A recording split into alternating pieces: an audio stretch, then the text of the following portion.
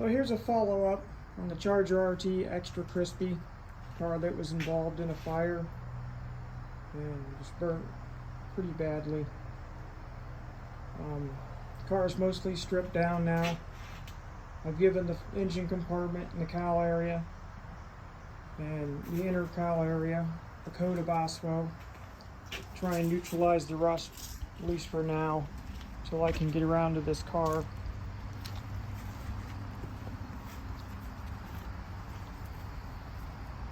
You know, the car seems to be, for having been in a fire, it's still in decent shape, but until I actually check the frame dimensions, I'm not going to know if the body's warped or not.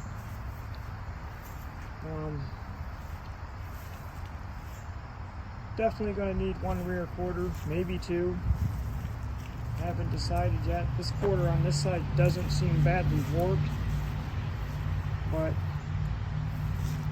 it was heated up pretty good, which makes it so paint doesn't really want to stick to it after you clean the metal up. I have a back filler panel, so you can see this one's really warped. Might be hard to see in the camera. If we hold it this way, you can see it better. I don't know, but it's warped pretty bad.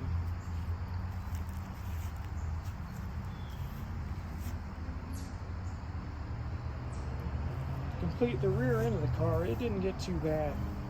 Just back to the wheel wells. This quarter panel is definitely going to need replaced. Probably can't see it in the pictures, but it is warped pretty good. Down here, at some point in time, somebody repaired the very bottom of it. They didn't put metal in, apparently they put Bondo in. I got a new roof skin for it, that's not a problem. So I have a whole nother parts car for this car. So that'll be coming off.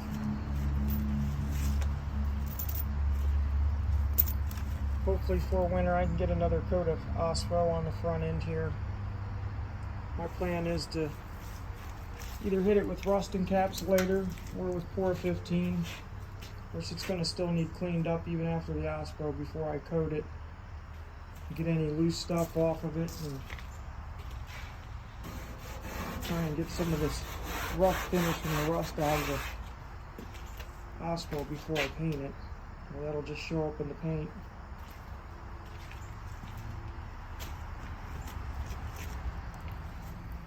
Well, here's the hood. I guess if you want to get technical, it could be fixed. It has some warpage in it.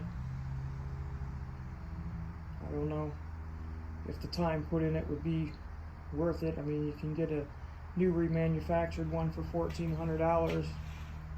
We're going to put $1,400 worth of time and energy into it to fix this one. I don't know. You'd have to repair this front end with the fire department. Cut the hood open to get inside the engine compartment. I do have the pieces for it that were cut out, but it still ain't going to be no fun putting it together.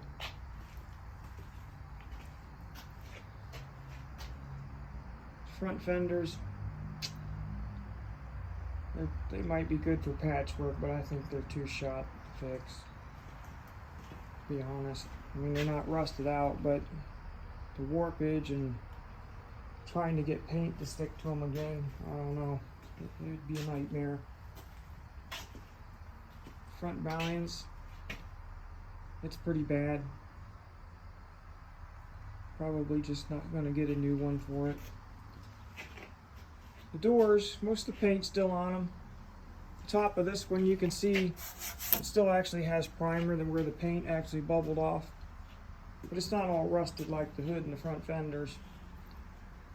This door here as well, there is some rust right up here at the top, but that's mostly where somebody repaired it before. As you can see, there's holes in here. The doors are full of glass right now because both windows shattered inside the doors. That'll have to be cleaned out. Definitely got my work cut out for me, but it would break my heart to see this car go to the scrap yard. So I'm going to do what I can to save it. Now this car, somebody went to the trouble of putting a nice aftermarket steering box on it. They put nice aftermarket upper control arms on it. Had an aftermarket braking system, master cylinder, that worked off the power steering pump. And somebody went through a lot of trouble. It has pretty hefty sway bars on both the front and the back. I don't know what that measures out to, but it's definitely an inch or more. Yet, they did a pretty cheesy job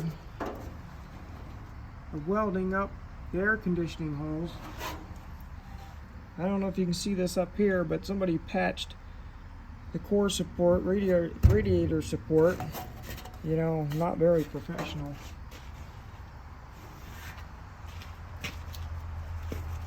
Coming out back, car must have at one time had the bumperettes on it, because you can see where somebody welded up the slots where they would have went. And it just amazes me that people go through the trouble of putting some high-dollar parts on a car, yet when it comes to some of the other aspects of it, they do cheesy work. That's okay. This car's in my care now. I'm going to do it right. I'll get a new piece of core support. They still make those aftermarket. I'll probably put the bumperettes back on it because they were original to the car. You can see back here, the back sway bar. It's pretty hefty. It's not factory, it's an aftermarket one. And an 8 3/4 in it. I don't know what the gears are at this time. I haven't checked. My guess would be 355, but I'm not for sure.